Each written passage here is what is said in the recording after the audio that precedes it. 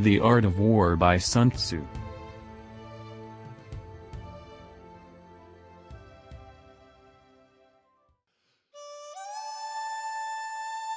Sun Tzu was a Chinese general, military strategist, tactician, and philosopher in the Eastern Zhou period of ancient China.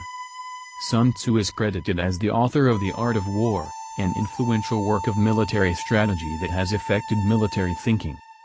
His works focus much more on alternatives to battle, such as stratagem, delay, the use of spies and alternatives to war itself, the making and keeping of alliances, the uses of deceit and a willingness to submit, at least temporarily, to more powerful foes.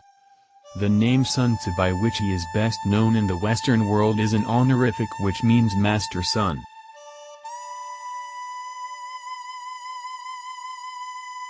Sun Tzu's work has been praised and employed in East Asian warfare since its composition.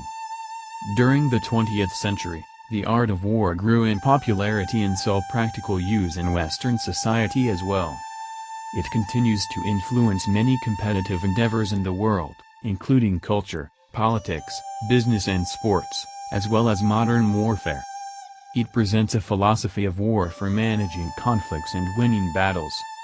It is accepted as a masterpiece on strategy and has been frequently cited and referred to by generals and theorists since it was first published, translated, and distributed internationally. Sun Tzu's The Art of War uses language that may be unusual in a Western text on warfare and strategy. The meanings of such statements are clearer when interpreted in the context of Taoist thought and practice. Sun Tzu viewed the ideal general as an enlightened Taoist master, which has led to the art of war being considered a prime example of Taoist strategy. The book has also become popular among political leaders and those in business management. Despite its title, The Art of War addresses strategy in a broad fashion, touching upon public administration and planning. The text outlines theories of battle, but also advocates diplomacy and the cultivation of relationships with other nations as essential to the health of a state.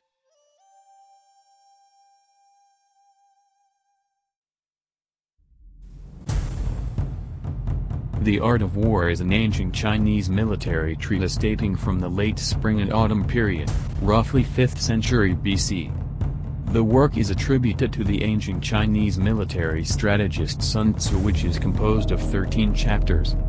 Each one is devoted to an aspect of warfare and how it applies to military strategy and tactics. For almost 1,500 years it was the lead text in an anthology that was formalized as the 7 military classics by Emperor Shenzong of Song in 1080. The Art of War remains the most influential strategy text in East Asian warfare and has influenced both Eastern and Western military thinking, business tactics, legal strategy, lifestyles, and beyond. The book contained a detailed explanation and analysis of the Chinese military, from weapons and strategy to rank and discipline. Sun also stressed the importance of intelligence operatives and espionage to the war effort. Because Sun Tzu has long been considered to be one of history's finest military tacticians and analysts, his teachings and strategies formed the basis of advanced military training for millennia to come. The art of war has been applied to many fields outside of the military. Much of the text is about how to outsmart one's opponent without actually having to engage in physical battles. As such, it has found application as a training guide for many competitive endeavors that do not involve actual combat. Many business books have applied the lessons taken from the book to office politics and corporate business strategy. The book is also popular among Western business circles, citing its utilitarian value regarding management practices. Many entrepreneurs and corporate executives have turned to it for inspiration and advice on how to succeed in competitive business situations. The book has also been applied to the field of education. The Art of War has been the subject of legal books and legal articles on the trial process, including negotiation tactics and trial strategy.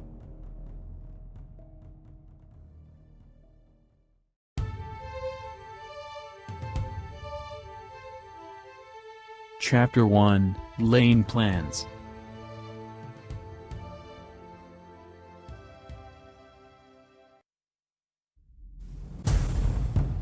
Sun Tzu said, "The art of war is of vital importance to the state. It is a matter of life and death, a road either to safety or to ruin. Hence it is a subject of inquiry which can on no account be neglected." The art of war, then, is governed by 5 constant factors, to be taken into account in one's deliberations, when seeking to determine the conditions obtaining in the field. These are: 1. The moral law. 2. Heaven. 3. Earth. 4. The commander. 5. Method and discipline. The moral law causes the people to be in complete accord with their ruler, so that they will follow him regardless of their lives, undismayed by any danger. Heaven signifies night and day, cold and heat, times and seasons. Earth comprises distances, great and small, danger and security, open ground and narrow passes, the chances of life and death. The commander stands for the virtues of wisdom, sincerity, benevolence, courage and strictness. By method and discipline are to be understood the marshalling of the army in its proper subdivisions, the graduations of rank among the officers, the maintenance of roads by which supplies may reach the army, and the control of military expenditure. These 5 heads should be familiar to every general. He who knows them will be victorious, he who knows them not will fail. Therefore, in your deliberations, when seeking to determine the military conditions, let them be made the basis of a comparison, in this wise. 1. Which of the 2 sovereigns is imbued with a moral law? 2. Which of the 2 generals has most ability? 3.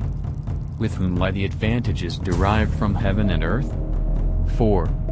On which side is discipline most rigorously enforced? 5. Which army is stronger? 6. On which side are officers and men more highly trained? 7. In which army is there the greater constancy both in reward and punishment? By means of these 7 considerations, I can forecast victory or defeat. The general that hearkens to my counsel and acts upon it will conquer. Let such a one be retained in command. The general that hearkens not to my counsel nor acts upon it, will suffer defeat. Let such a one be dismissed.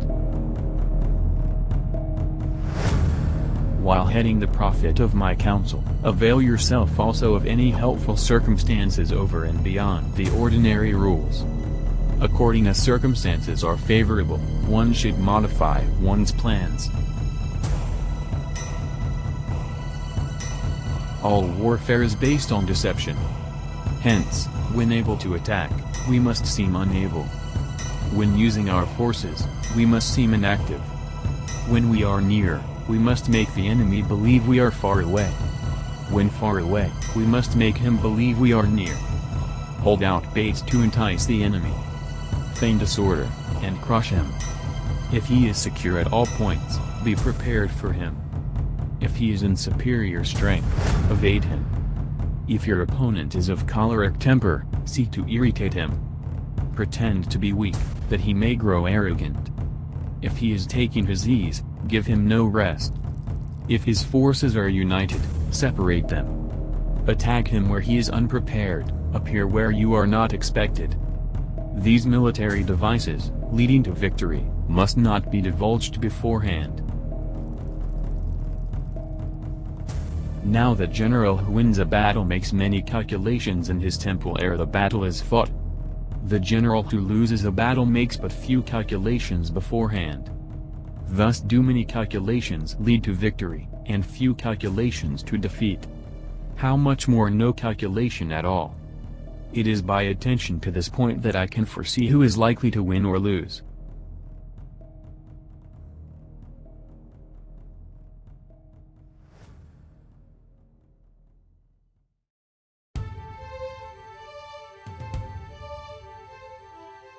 Chapter 2. Waging War.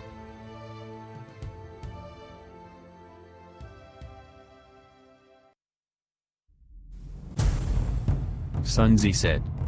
In the operations of war, where there are in the field 1,000 swift chariots, as many heavy chariots, and 100,000 mail-clad soldiers, with provisions enough to carry them 1,000 li. The expenditure at home and at the front, including entertainment of guests, small items such as glue and paint, and some spent on chariots and armor, will reach the total of 1,000 ounces of silver per day. Such is the cost of raising an army of 100,000 men. When you engage in actual fighting, if victory is long in coming, then men's weapons will grow dull and their ardor will be damped. If you lay siege to a town, you will exhaust your strength. Again, if the campaign is protracted, the resources of the state will not be equal to the strain. Now, when your weapons are dulled, your ardor damped, your strength exhausted and your treasure spent, other chieftains will spring up to take advantage of your extremity. Then no man, however wise, will be able to avert the consequences that must ensue. Thus, though ye have heard of stupid haste in war, cleverness has never been seen associated with long delays. There is no instance of a country having benefited from prolonged warfare. It is only one who is thoroughly acquainted with the evils of war that can thoroughly understand the profitable way of carrying it on. The skillful soldier does not raise a second levy. Neither is his supply wagons loaded more than twice. Bring war material with you from home, but forage on the enemy. Thus the army will have food enough for its needs. The poverty of the state exchequer causes an army to be maintained by contributions from a distance. Contributing to maintain an army at a distance causes the people to be impoverished. On the other hand, the proximity of an army causes prices to go up. And high prices cause people's substance to be drained away. When their substance is drained away, the peasantry will be afflicted by heavy exactions. With this loss of substance and exhaustion of strength, the homes of the people will be stripped bare, and 3/10 of their income will be dissipated. While government expenses for broken chariots, worn-out horses, breastplates and helmets, bows and arrows, spears and shields, protective mantles, draft oxen and heavy wagons, will amount to 4/10 of its total revenue.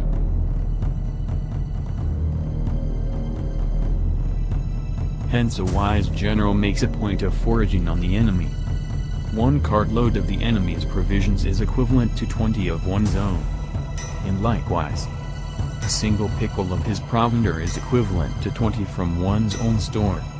Now in order to kill the enemy, our men must be roused to anger, that there may be advantage from defeating the enemy. They must have their rewards. Therefore in chariot fighting, when 10 or more chariots have been taken, those should be rewarded who took the first. Our own flags should be substituted for those of the enemy, and the chariots mingled and used in conjunction with ours. The captured soldiers should be kindly treated and kept. This is called using the conquered foe to augment one's own strength.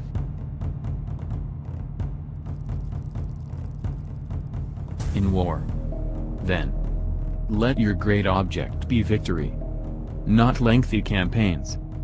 Thus it may be known that the leader of armies is the arbiter of the people's fate, the man on whom it depends whether the nation shall be in peace or in peril.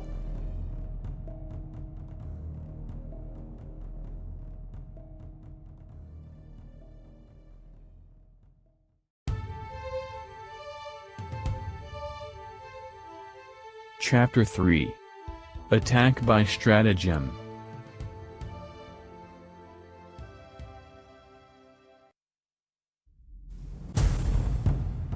Sun Tzu said, in the practical art of war, the best thing of all is to take the enemy's country whole and intact.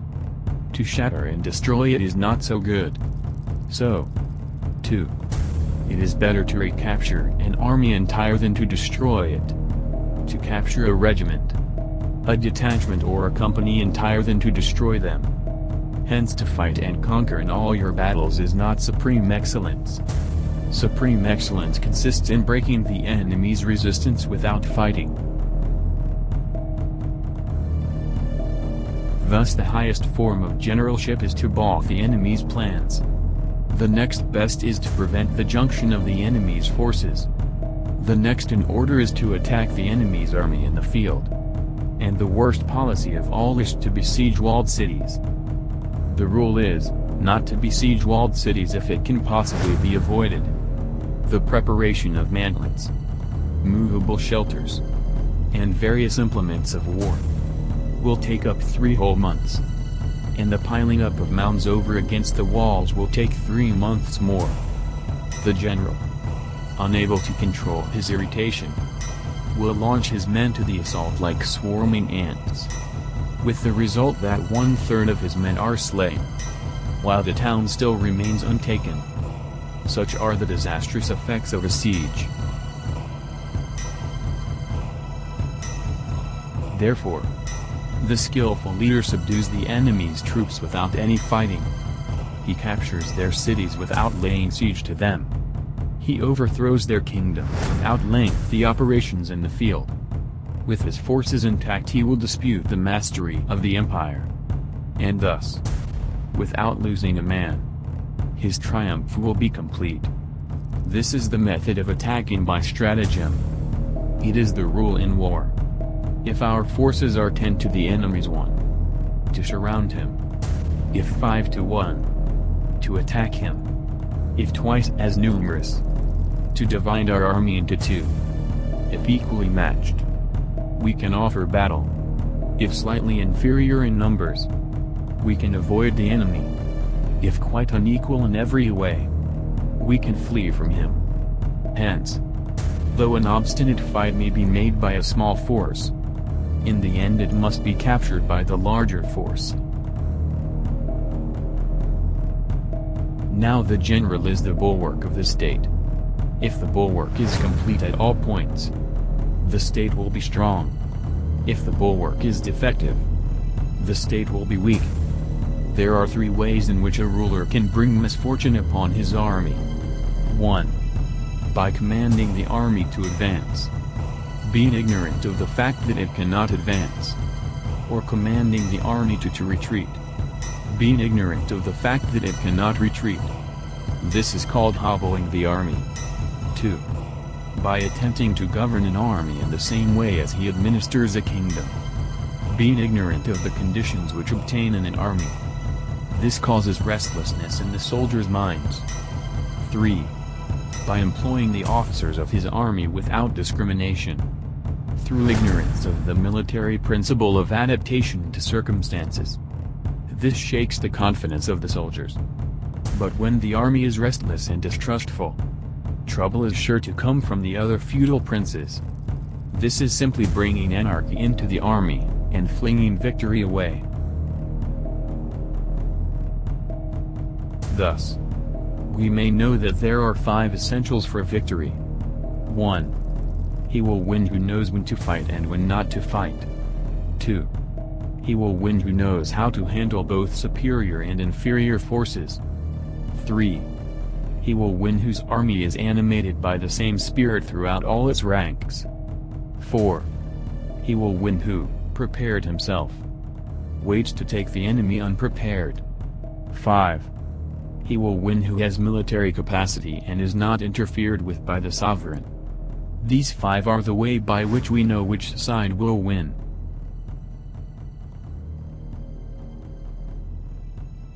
Hence the saying, if you know the enemy and know yourself, you need not fear the result of 100 battles. If you know yourself but not the enemy, for every victory gained you will also suffer a defeat. If you know neither the enemy nor yourself, you will succumb in every battle.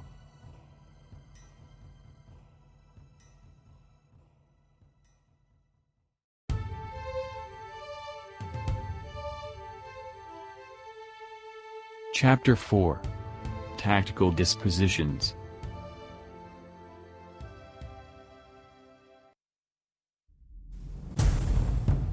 Sun Tzu said, "The good fighters of old first put themselves beyond the possibility of defeat, and then waited for an opportunity of defeating the enemy. To secure ourselves against defeat lies in our own hands. But the opportunity of defeating the enemy is provided by the enemy himself. Thus the good fighter is able to secure himself against defeat, but cannot make certain of defeating the enemy. Hence the saying, one may know how to conquer without being able to do it. Security against defeat implies defensive tactics. The ability to defeat the enemy means taking the offensive. Standing on the defensive indicates insufficient strength. Attacking, a superabundance of strength. The general who is skilled in defense hides in the most secret recesses of the earth. He who is skilled in attack flashes forth from the topmost heights of heaven. Thus on the one hand we have the ability to protect ourselves, on the other, a victory that is complete. To see victory only when it is within the ken of the common herd is not the acme of excellence. Neither is it the acme of excellence if you fight and conquer and the whole empire says, "Well done." To lift an autumn pear is no sign of great strength. To see the sun and moon is no sign of sharp sight. To hear the noise of thunder is no sign of a quick ear. What the ancients called a clever fighter is one who not only wins, but excels in winning with ease. Hence his victories bring him neither reputation for wisdom nor credit for courage. He wins his battles by making no mistakes. Making no mistakes is what establishes the certainty of victory. For it means conquering an enemy that is already defeated. Hence the skillful fighter puts himself into a position which makes defeat impossible, and does not miss the moment for defeating the enemy. Thus it is that in war the victorious strategist only seeks battle after the victory has been won, whereas he who is destined to defeat first fights and afterwards looks for victory. The consummate leader cultivates the moral law, and strictly adheres to method and discipline. Thus it is in his power to control success. In respect of military method, we have, firstly, measurement. Secondly, estimation of quantity. Thirdly, calculation. Fourthly, balancing of chances. Fifthly, victory. Measurement owes its existence to earth. Estimation of quantity to measurement. Calculation to estimation of quantity. Balancing of chances to calculation.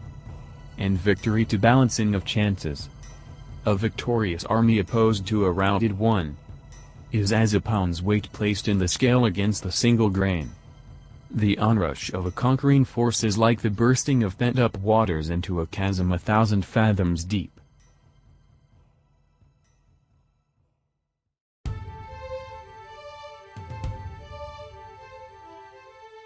Chapter 5. Energy.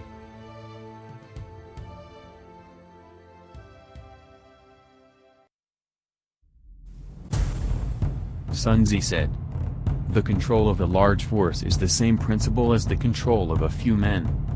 It is merely a question of dividing up their numbers. Fighting with a large army under your command is no wise different from fighting with a small one. It is merely a question of instituting signs and signals to ensure that your whole host may withstand the brunt of the enemy's attack and remain unshaken. This is effected by maneuvers direct and indirect, that the impact of your army may be like a grindstone dashed against an egg. This is effected by the science of weak points and strong. In all fighting, the direct method may be used for joining battle, but indirect methods will be needed in order to secure victory. Indirect tactics, efficiently applied, are inexhaustible as heaven and earth, unending as the flow of rivers and streams. Like the sun and moon, they end but to begin anew. Like the four seasons, they pass away to return once more. There are not more than 5 musical notes. Yet the combinations of these 5 give rise to more melodies than can ever be heard. There are not more than 5 primary colors: blue, yellow, red, white, and black. Yet in combination they produce more hues than can ever been seen. There are not more than 5 cardinal tastes: sour, acrid, salt, sweet, bitter. Yet combinations of them yield more flavors than can ever be tasted. In battle, there are not more than 2 methods of attack: the direct and the indirect. Yet these two in combination give rise to an endless series of maneuvers. The direct and the indirect lead on to each other in turn. It is like moving in a circle, you never come to an end. Who can exhaust the possibilities of their combination? The onset of troops is like the rush of a torrent which will even roll stones along in its course. The quality of decision is like the well-timed swoop of a falcon which enables it to strike and destroy its victim. Therefore, the good fighter will be terrible in his onset, and prompt in his decision. Energy may be likened to the bending of a crossbow, decision to the releasing of a trigger. Amid the turmoil and tumult of battle, there may be seeming disorder and yet no real disorder at all. Amid confusion and chaos, your array may be without head or tail, yet it will be proof against defeat. Simulated disorder postulates perfect discipline. Simulated fear postulates courage. Simulated weakness postulates strength. Hiding order beneath the cloak of disorder is simply a question of subdivision. Concealing courage under a show of timidity presupposes a fund of latent energy. Masking strength with weakness is to be effected by tactical dispositions. Thus one who is skillful at keeping the enemy on the move maintains deceitful appearances, according to which the enemy will act. He sacrifices something, that the enemy may snatch at it. By holding out baits, he keeps him on the march. Then with a body of picked men he lies in wait for him. The clever combatant looks to the effect of combined energy, and does not require too much from individuals. Hence his ability to pick out the right men and utilize combined energy. When he utilizes combined energy, his fighting men become as it were like unto rolling logs or stones. For it is the nature of a log or stone to remain motionless on level ground, and to move when on a slope. If four-cornered, to come to a standstill. But if round-shaped, to go rolling down. Thus the energy developed by good fighting men is as the momentum of a round stone rolled down a mountain thousands of feet in height. So much on the subject of energy.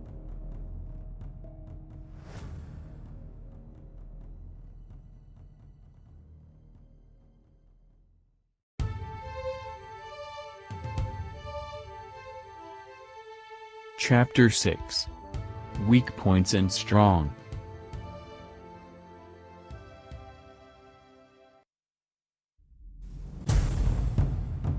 Sun Tzu said, "Whoever is first in the field and awaits the coming of the enemy, will be fresh for the fight. Whoever is second in the field and has to hasten to battle, will arrive exhausted." Therefore, the clever combatant imposes his will on the enemy, but does not allow the enemy's will to be imposed on him. By holding out advantages to him, he can cause the enemy to approach of his own accord, or, by inflicting damage, he can make it impossible for the enemy to draw near. If the enemy is taking his ease, he can harass him. If well supplied with food, he can starve him out. If quietly encamped, he can force him to move. Appear at points which the enemy must hasten to defend. March swiftly to places where you are not expected. An army may march great distances without distress. If it marches through country where the enemy is not, you can be sure of succeeding in your attacks. If you only attack places which are undefended, you can ensure the safety of your defense. If you only hold positions that cannot be attacked, hence that general is skillful in attack whose opponent does not know what to defend, and he is skillful in defense whose opponent does not know what to attack. 0 Divine art of subtlety and secrecy. Through you, we learn to be invisible. Through you, inaudible. And hence, we can hold the enemy's fate in our hands. You may advance and be absolutely irresistible. If you make for the enemy's weak points, you may retire and be safe from pursuit. If your movements are more rapid than those of the enemy. If we wish to fight, the enemy can be forced to an engagement, even though he be sheltered behind a high rampart and a deep ditch. All we need to do is attack some other place that he will be obliged to relieve. If we do not wish to fight, we can prevent the enemy from engaging us, even though the lines of our encampment be merely traced out on the ground. All we need do is to throw something odd and unaccountable in his way. By discovering the enemy's dispositions and remaining invisible ourselves, we can keep our forces concentrated, while the enemies must be divided. We can form a single united body, while the enemy must split up into fractions. Hence there will be a whole pitted against separate parts of a whole, which means that we shall be many to the enemy's few. And if we are able thus to attack an inferior force with a superior one, our opponents will be in dire straits. The spot where we intend to fight must not be made known, for then the enemy will have to prepare against a possible attack at several different points, and his forces being thus distributed in many directions, the numbers we shall have to face at any given point will be proportionately few. For should the enemy strengthen his van, he will weaken his rear. Should he strengthen his rear, he will weaken his van. Should he strengthen his left, he will weaken his right. Should he strengthen his right, he will weaken his left. If he sends reinforcements everywhere, he will everywhere be weak. Numerical weakness comes from having to prepare against possible attacks. Numerical strength from compelling our adversary to make these preparations against us. Knowing the place and the time of the coming battle, we may concentrate from the greatest distances in order to fight. But if neither time nor place be known, then the left wing will be impotent to succor the right, the right equally impotent to succor the left, the van unable to relieve the rear, or the rear to support the van. How much more so, if the furthest portions of the army are anything under 100 li apart, and even the nearest are separated by several kilometers. Though according to my estimate the soldiers of exceeding our own in number, that shall advantage them nothing in the matter of victory. I say then that victory can be achieved. Though the enemy be stronger in numbers, we may prevent him from fighting. Scheme so as to discover his plans and the likelihood of their success. Rouse him, and learn the principle of his activity or inactivity. Force him to reveal himself, so as to find out his vulnerable spots. Carefully compare the opposing army with your own, so that you may know where strength is superabundant and where it is deficient. In making tactical dispositions, the highest pitch you can attain is to conceal them. Conceal your dispositions, and you will be safe from the prying of the subtlest spies, from the machinations of the wisest brains. How victory may be produced for them out of the enemy's own tactics, that is what the multitude cannot comprehend. All men can see the tactics whereby I conquer, but what none can see is the strategy out of which victory is evolved. Do not repeat the tactics which have gained you one victory, but let your methods be regulated by the infinite variety of circumstances. Military tactics are like unto water. For water in its natural course runs away from high places and hastens downwards. So in war, The way is to avoid what is strong and to strike at what is weak. Water shapes its course according to the nature of the ground over which it flows. The soldier works out his victory in relation to the foe whom he is facing. Therefore, just as water retains no constant shape, so in warfare there are no constant conditions. He who can modify his tactics in relation to his opponent and thereby succeed in winning, may be called a heaven-born captain. The five elements: water, fire, wood, metal, earth, are not always equally predominant. The four seasons make way for each other in turn. There are short days and long. The moon has its periods of waning and waxing.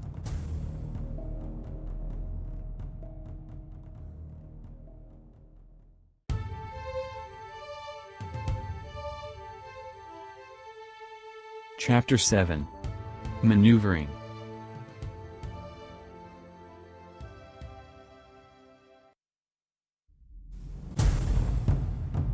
Sun Tzu said, "In war, the general receives his commands from the sovereign. Having collected an army and concentrated his forces, he must blend and harmonize the different elements thereof before pitching his camp. After that comes tactical maneuvering, than which there is nothing more difficult. The difficulty of tactical maneuvering consists of turning devious into the direct, and misfortune into gain. Thus, to take a long and circuitous route, after enticing the enemy out of the way, and though starting after him, to contrive to reach the goal before him, shows knowledge of the artifice of deviation. Maneuvering with an army is advantageous. With an undisciplined multitude, most dangerous. If you set a fully equipped army in march in order to snatch an advantage, the chances are that you will be too late. On the other hand, to detach a flying column for the purpose involves the sacrifice of its baggage and stores.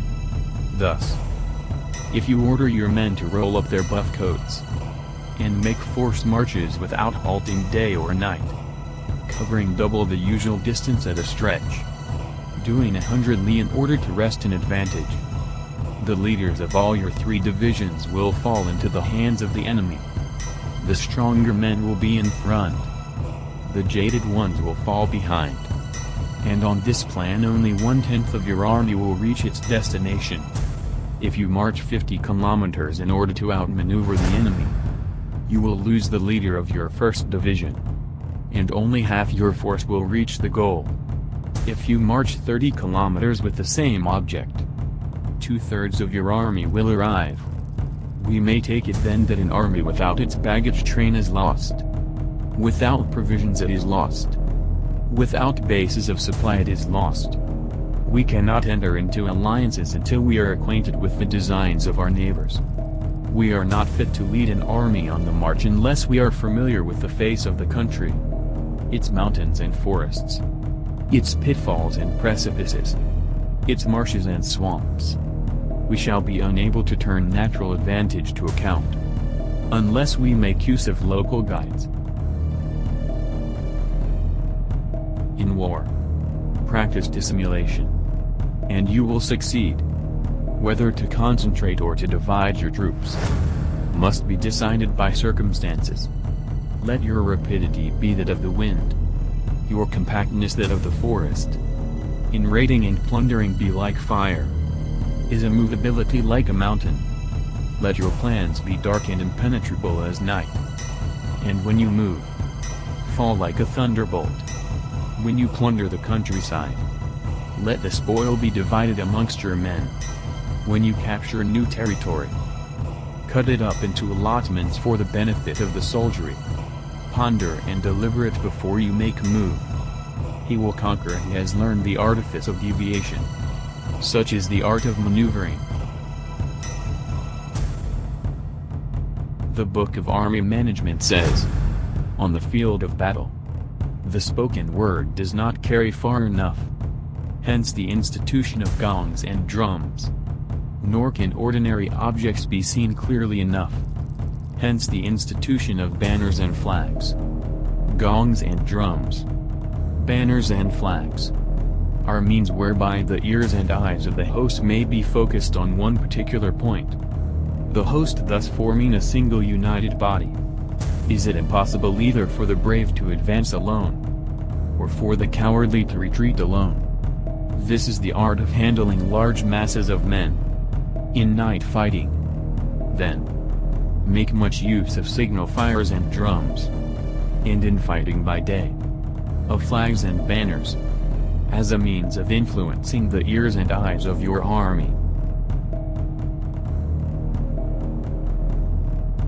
A whole army may be robbed of its spirit. A commander-in-chief may be robbed of his presence of mind. Now, a soldier's spirit is keenest in the morning. By noonday it has begun to flag. And in the evening, his mind is bent only on returning to camp. A clever general, therefore, avoids an army when its spirit is keen, but attacks it when it is sluggish and inclined to return. This is the art of studying moods, disciplined and calm, to await the appearance of disorder and hubbub amongst the enemy. This is the art of retaining self-possession, to be near the goal while the enemy is still far from it, to wait at ease while the enemy is toiling and struggling, to be well fed while the enemy is famished. This is the art of husbanding one's strength. To refrain from intercepting an enemy whose banners are in perfect order.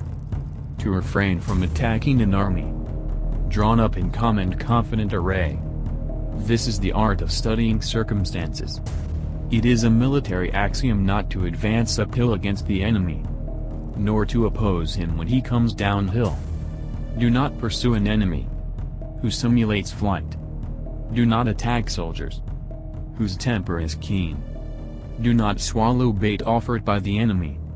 Do not interfere with an army that is returning home. When you surround an army, leave an outlet free. Do not press a desperate foe too hard. Such is the art of warfare.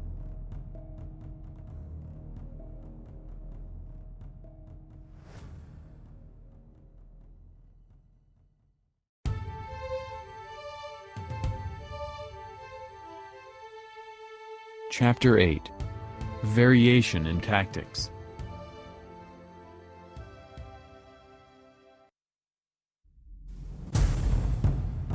Sun Tzu said, "In war, the general receives his commands from the sovereign, collects his army and concentrates his forces.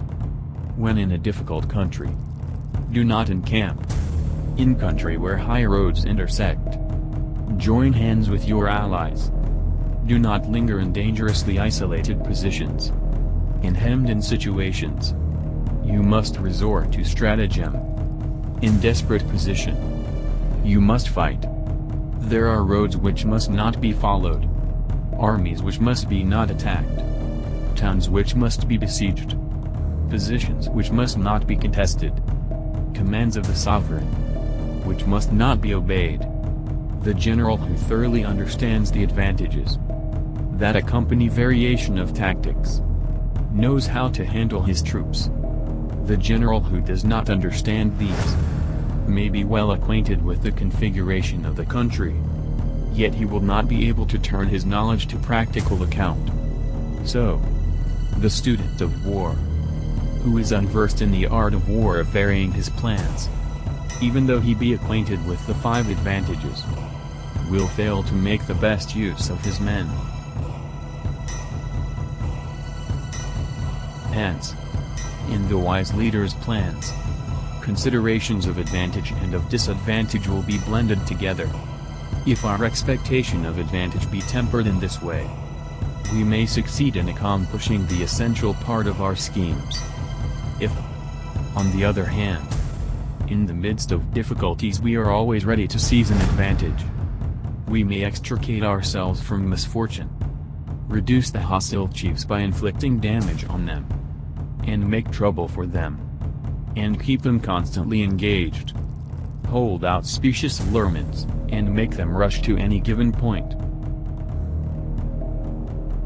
The art of war teaches us to rely not on the likelihood of the enemy's not coming, but on our own readiness to receive him. Not on the chance of his not attacking, but rather on the fact that we have made our position unassailable. There are 5 dangerous faults which may affect a general.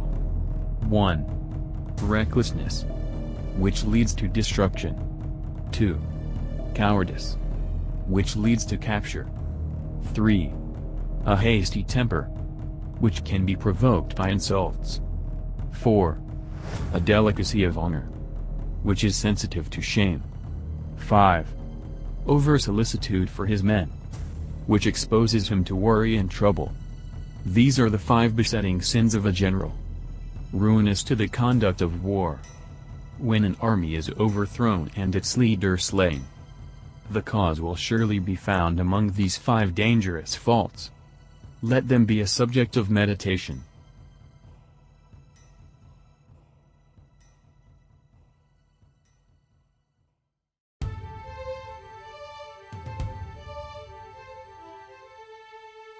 Chapter 9. The Army on the March.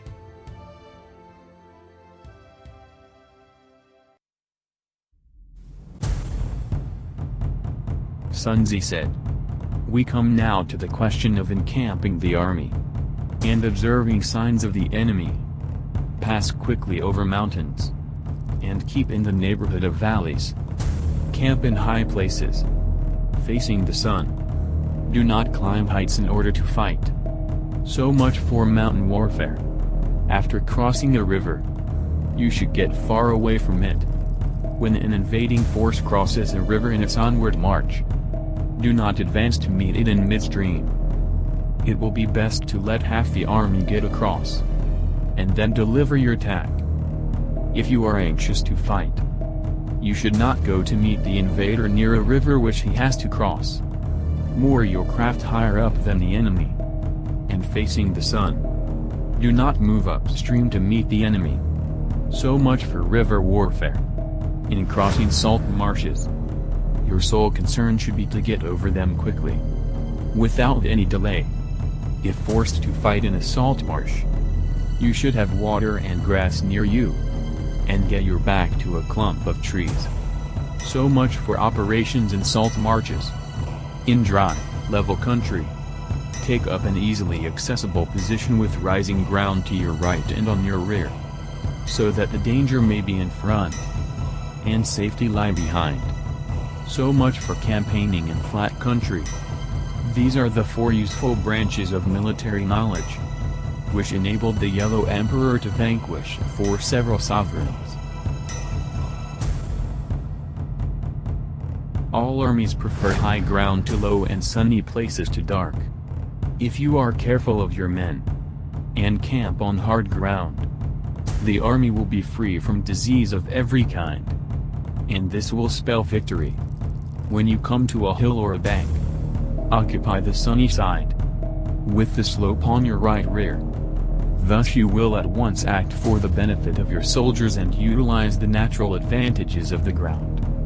When, in consequence of heavy rains upcountry, a river which you wish to ford is swollen and flecked with foam, you must wait until it subsides.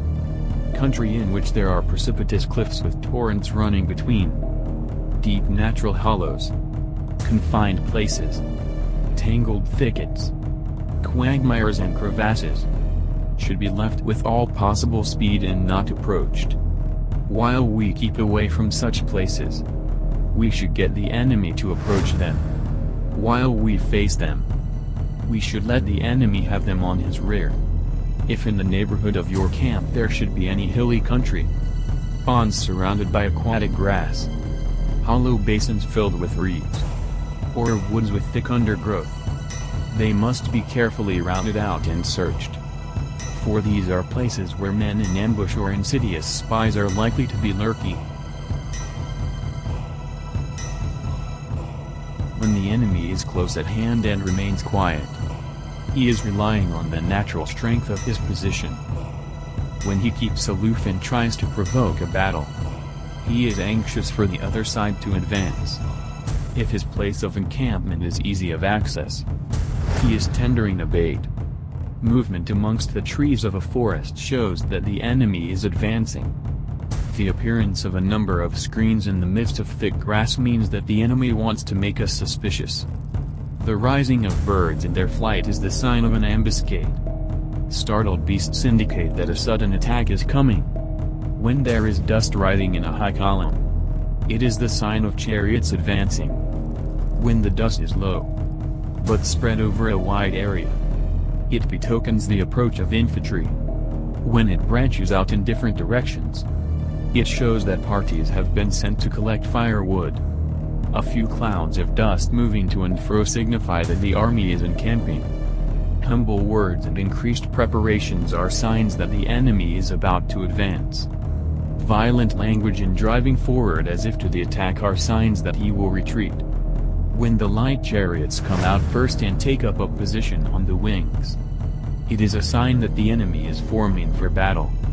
Peace proposals unaccompanied by a sworn covenant indicate a plot. When there is much running about and the soldiers fall into rank, it means that the critical moment has come. When some are seen advancing and some retreating, it is a lure. When the soldiers stand leaning on their spears, they are faint from want of food. If those who are sent to draw water begin by drinking themselves, the army is suffering from thirst. If the enemy sees an advantage to be gained and makes no effort to secure it, the soldiers are exhausted. If birds gather on any spot, it is unoccupied. Clamor by night betokens nervousness. If there is disturbance in the camp, the general's authority is weak. If the banners and flags are shifted about, sedition is afoot. If the officers are angry, it means that the men are weary. When an army feeds its horses with grain and kills its cattle for food, and when the men do not hang their cooking pots over the campfires, showing that they will not return to their tents, you may know that they are determined to fight to the death. The sight of men whispering together in small knots or speaking in subdued tones points to disaffection amongst the rank and file. Too frequent rewards signify that the enemy is at the end of his resources. Too many punishments betray a condition of dire distress. To begin by bluster, but afterwards to take fright at the enemy's numbers, shows a supreme lack of intelligence. When envoys are sent with compliments in their mouths, it is a sign that the enemy wishes for a truce. If the enemy's troops march up angrily and remain facing ours for a long time without either joining battle or taking themselves off again, the situation is one that demands great vigilance and circumspection.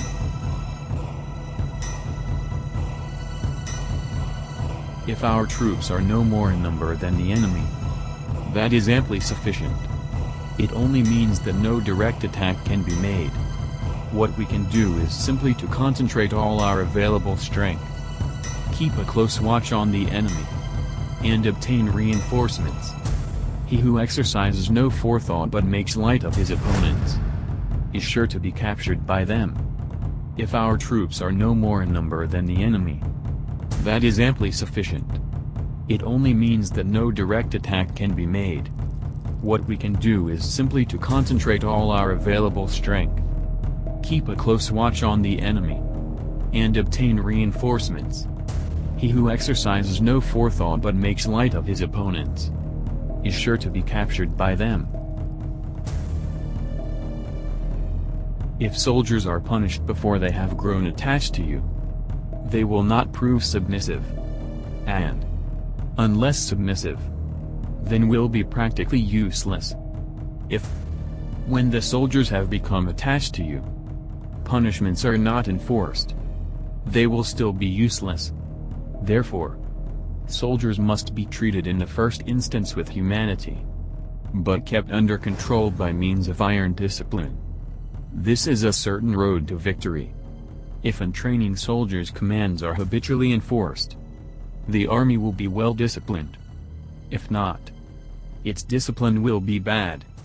If the general shows confidence in his men but always insists on his orders being obeyed, the gain will be mutual.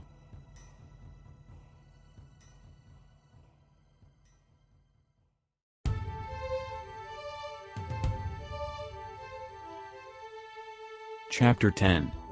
Terrain.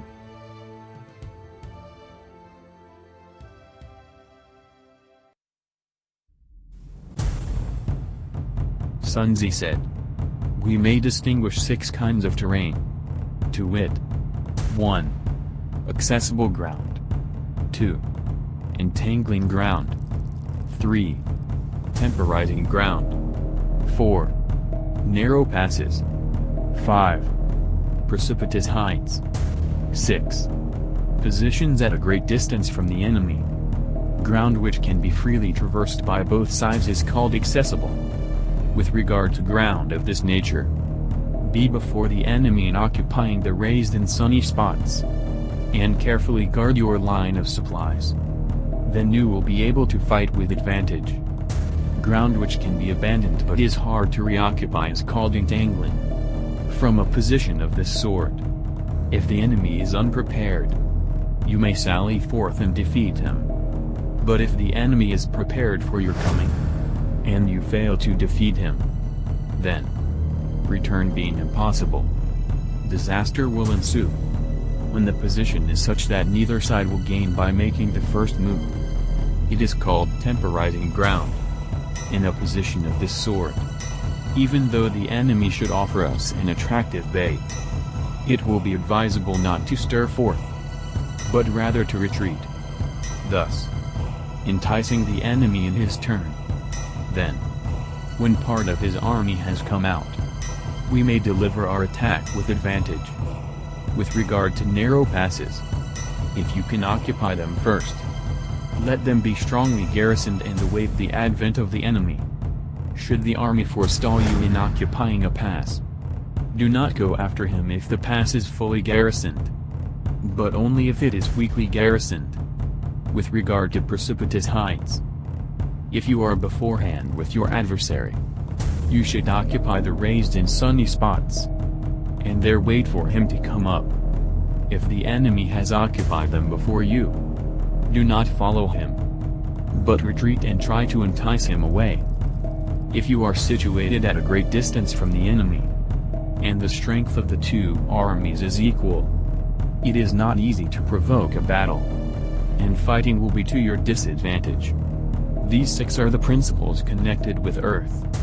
The general who has attained a responsible post must be careful to study them.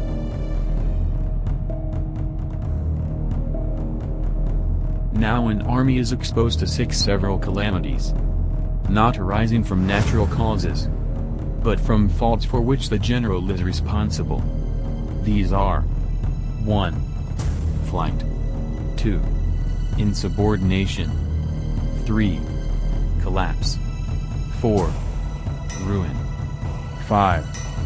Disorganization. 6. Rout.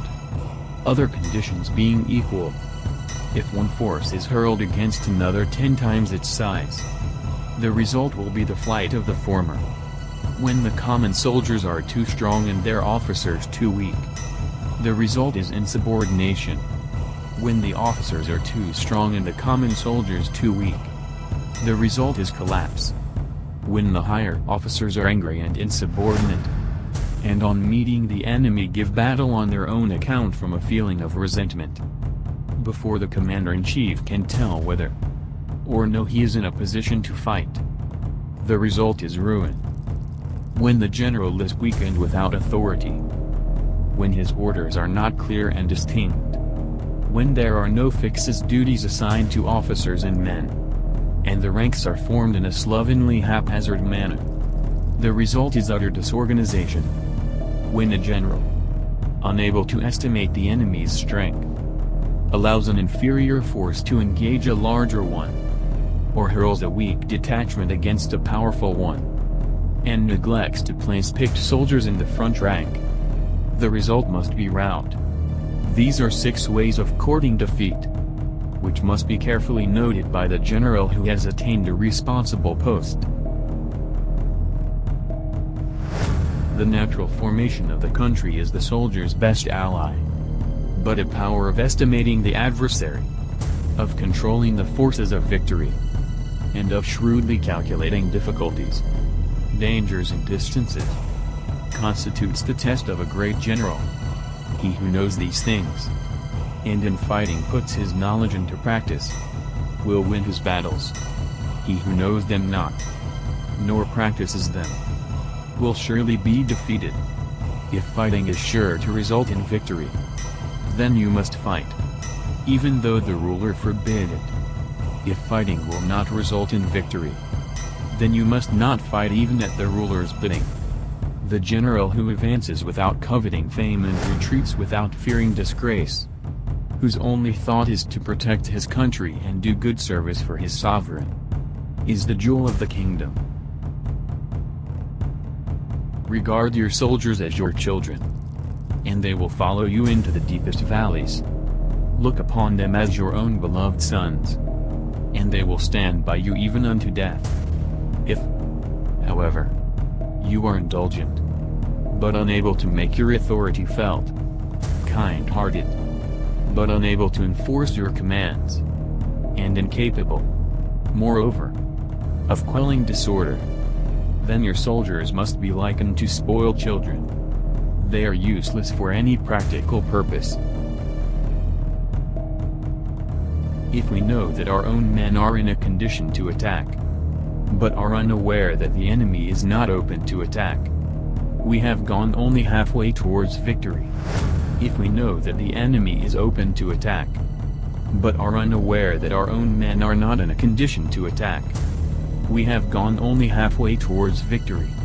If we know that the enemy is open to attack, and also know that our men are in a condition to attack, but are unaware that the nature of the ground makes fighting impracticable, we have still gone only halfway towards victory.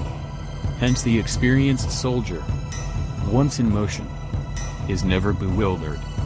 Once he has broken camp, he is never at a loss. Hence the saying, if you know the enemy and know yourself, your victory will not stand in doubt.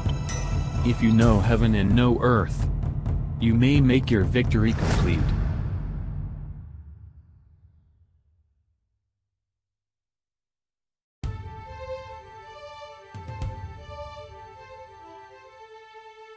Chapter 11. The 9 Situations.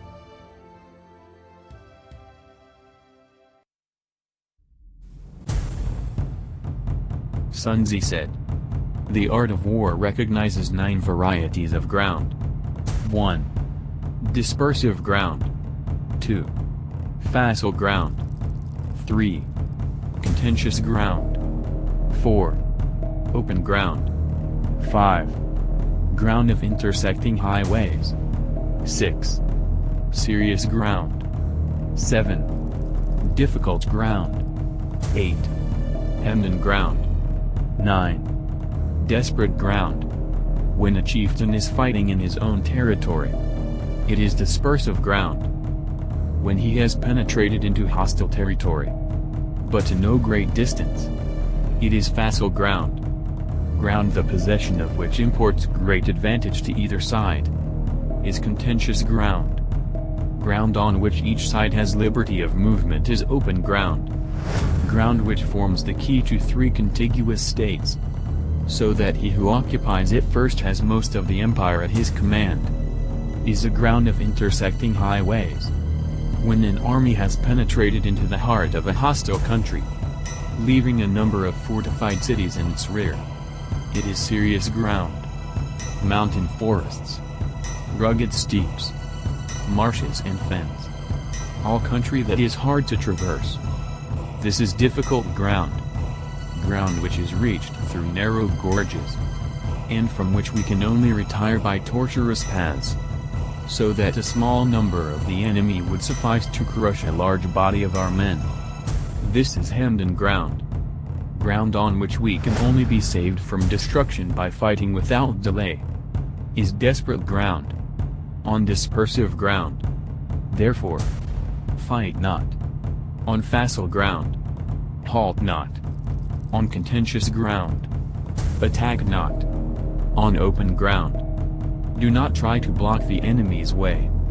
On the ground of intersecting highways, join hands with your allies. On serious ground, gather and plunder. In difficult ground, keep steadily on the march. On hemmed-in ground, resort to stratagem. On desperate ground, fight. Those who were called skillful leaders of old knew how to drive a wedge between the enemy's front and rear, to prevent cooperation between his large and small divisions, to hinder the good troops from rescuing the bad, the officers from rallying their men. When the enemy's men were united, they managed to keep them in disorder. When it was to their advantage, they made a forward move. When otherwise, they stopped still. If asked how to cope with the great host of the enemy in orderly array, and on the point of marching to the attack, I should say, begin by seizing something which your opponent holds dear. Then he will be amenable to your will. Rapidity is the essence of war. Take advantage of the enemy's unreadiness. Make your way by unexpected routes, and attack unguarded spots. The following are the principles to be observed by an invading force. The further you penetrate into a country, the greater will be the solidarity of your troops, and thus the defenders will not prevail against you. Make forays in fertile country in order to supply your army with food. Carefully study the well-being of your men, and do not overtax them. Concentrate your energy and hoard your strength. Keep your army continually on the move, and devise unfathomable plans.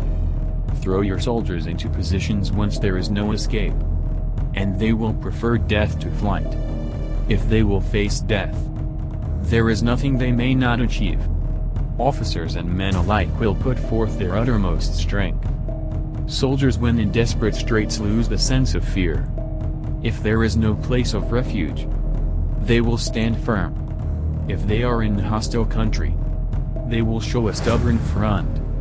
If there is no help for it, they will fight hard. Thus, without waiting to be marshaled, the soldiers will be constantly on the qui-vive. Without waiting to be asked, they will do your will. Without restrictions, they will be faithful. Without giving orders, they can be trusted. Prohibit the taking of omens, and do away with superstitious doubts. Then, until death itself comes, no calamity need be feared. If our soldiers are not overburdened with money, it is not because they have a distaste for riches. If their lives are not unduly long, it is not because they are disinclined to longevity. On the day they are ordered out to battle, your soldiers may weep, those sitting up bedewing their garments, and those lying down letting the tears run down their cheeks. But let them once be brought to bay, and they will display the courage of a Chu or a Gui. The skillful tactician may be likened to the Shu Iran. Now the Shu Iran is a snake that is found in the Chang Mountains. Strike at its head, and you will be attacked by its tail. Strike at its tail, and you will be attacked by its head. Strike at its middle, and you will be attacked by head and tail both. Asked if an army can be made to imitate the Shu Iran, I should answer, yes. For the men of Wu and the men of Yu are enemies. Yet if they are crossing a river in the same boat and are caught by a storm, they will come to each other's assistance just as the left hand helps the right. Hence it is not enough to put one's trust in the tethering of horses, and the burying of chariot wheels in the ground. The principle on which to manage an army is to set up one standard of courage which all must reach. How to make the best of both strong and weak. That is a question involving the proper use of ground. Thus the skillful general conducts his army, just as though he were leading a single man, willy-nilly, by the hand. It is the business of a general to be quiet and thus ensure secrecy, upright and just, and thus maintain order. He must be able to mystify his officers and men by false reports and appearances, and thus keep them in total ignorance. by altering his arrangements and changing his plans. He keeps the enemy without definite knowledge. By shifting his camp and taking circuitous routes, he prevents the enemy from anticipating his purpose. At the critical moment, the leader of an army acts like one who has climbed up a height, and then kicks away the ladder behind him. He carries his men deep into hostile territory before he shows his hand. He burns his boats and breaks his cooking pots. Like a shepherd driving a flock of sheep, he drives his men this way and that, and nothing knows whither he is going, to muster his host and bring it into danger. This may be termed the business of the general. The different measures suited to the 9 varieties of ground, the expediency of aggressive or defensive tactics, and the fundamental laws of human nature. These are things that must most certainly be studied. When invading hostile territory, the general principle is that penetrating deeply brings cohesion. Penetrating but a short way means dispersion. When you leave your own country behind, and take your army across neighborhood territory, you find yourself on critical ground. When there are means of communication on all 4 sides, the ground is one of intersecting highways. When you penetrate deeply into a country, it is serious ground. When you penetrate but a little way, it is facile ground. When you have the enemy's strongholds on your rear, and narrow passes in front, it is hemmed-in ground. When there is no place of refuge at all, it is desperate ground. Therefore, on dispersive ground, I would inspire my men with unity of purpose. On facile ground, I would see that there is close connection between all parts of my army. On contentious ground, I would hurry up my rear. On open ground, I would keep a vigilant eye on my defenses. On ground of intersecting highways, I would consolidate my alliances. On serious ground, I would try to ensure a continuous stream of supplies. On difficult ground, I would keep pushing on along the road. On hemmed-in ground, I would block any way of retreat. On desperate ground, I would proclaim to my soldiers the hopelessness of saving their lives. For it is the soldier's disposition to offer an obstinate resistance when surrounded, to fight hard when he cannot help himself, and to obey promptly when he has fallen into danger.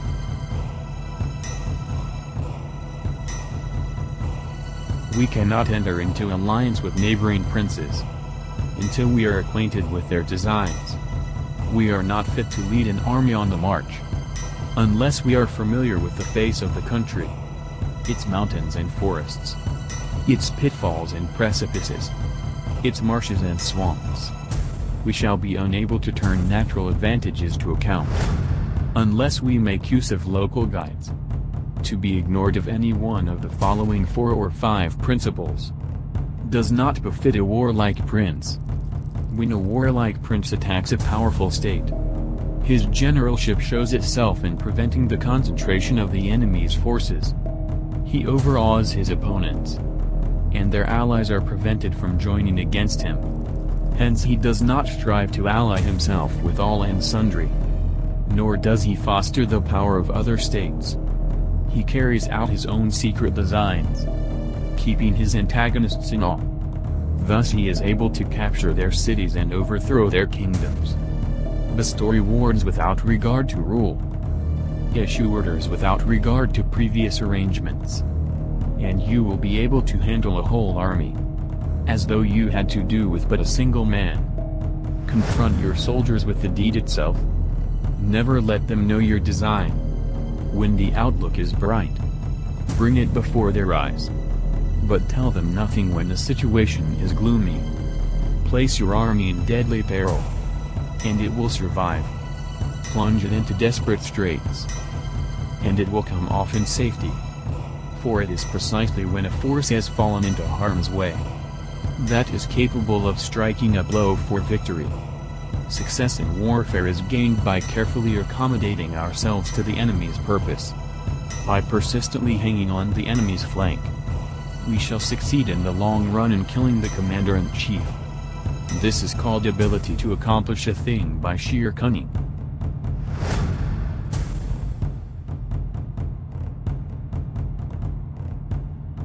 On the day that you take up your command, block the frontier passes, destroy the official tallies, and stop the passage of all emissaries. Be stern in the council chamber, so that you may control the situation. If the enemy leaves a door open, you must rush in. Forestall your opponent by seizing what he holds dear, and subtly contrive to time his arrival on the ground.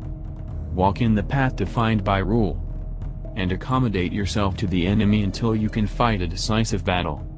At first, then, exhibit the coyness of a maiden, until the enemy gives you an opening. Afterwards emulate the rapidity of a running hare, and it will be too late for the enemy to oppose you.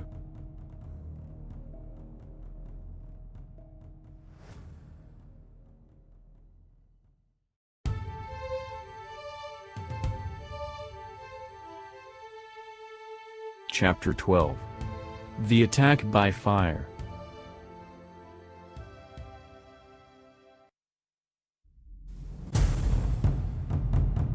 Sun Tzu said, "There are 5 ways of attacking with fire. The first is to burn soldiers in their camp. The second is to burn stores. The third is to burn baggage trains. The fourth is to burn arsenals and magazines. The fifth is to hurl dropping fire amongst the enemy. In order to carry out an attack, we must have means available. The material for raising fire should always be kept in readiness. There is a proper season for making attacks with fire, and special days for starting a conflagration. The proper season is when the weather is very dry. The special days are those when the moon is in the constellations of the sieve, the wall, the wing or the crossbar. For these 4 are all days of rising wind. In attacking with fire, one should be prepared to meet 5 possible developments. 1. When fire breaks out inside 2 enemies' camp, respond at once with an attack from without. 2. If there is an outbreak of fire, but the enemy's soldiers remain quiet, bide your time and do not attack. 3. When the force of the flames has reached its height, follow it up with an attack, if that is practicable. If not, stay where you are. 4. If it is possible to make an assault with fire from without, do not wait for it to break out within, but deliver your attack at a favorable moment. 5. When you start a fire, be to windward of it. Do not attack from the leeward. A wind that rises in the daytime lasts long, but a night breeze soon falls. In every army, the 5 developments connected with fire must be known. The movements of the stars calculated, and a watch kept for the proper days. Hence those who use fire as an aid to the attack show intelligence. Those who use water as an aid to the attack gain an accession of strength. By means of water, an enemy may be intercepted, but not robbed of all his belongings. Unhappy is the fate of one who tries to win his battles and succeed in his attacks without cultivating the spirit of enterprise. For the result is waste of time and general stagnation. Hence the saying, "The enlightened ruler lays his plans well ahead. The good general cultivates his resources. Move not unless you see an advantage. Use not your troops unless there is something to be gained. Fight not unless the position is critical." No ruler should put troops into the field merely to gratify his own spleen. No general should fight a battle simply out of pique. If it is to your advantage, make a forward move. If not, stay where you are. Anger may in time change to gladness. Vexation may be succeeded by content. But a kingdom that has once been destroyed can never come again into being. Nor can the dead ever be brought back to life. Hence the enlightened ruler is heedful, and the good general full of caution. This is the way to keep a country at peace and an army intact. Of old, the rise of the Yin dynasty was due to Use, who had served under the Xian. Likewise, the rise of the Zhou dynasty was due to Luya, who had served under the Yin. Hence it is only the enlightened ruler and the wise general who will use the highest intelligence of the army for purposes of spying, and thereby they achieve great results. Spies are a most important element in war, because on them depends an army's ability to move.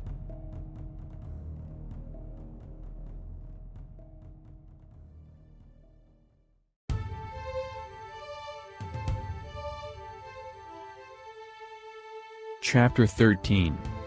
The Use of Spies.